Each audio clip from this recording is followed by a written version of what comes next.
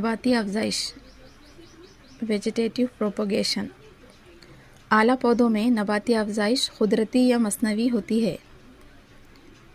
قدرتی افزائش پتوں کے ذریعے، تنے یا اسٹیم کے ذریعے اور جڑ کے ذریعے ہوتی ہے۔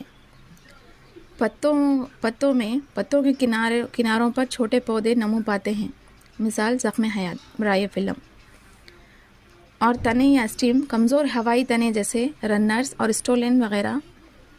جب یہ زمین سے تماس میں آتے ہیں تو اتفاقی جڑیں جھڑ جاتے ہیں۔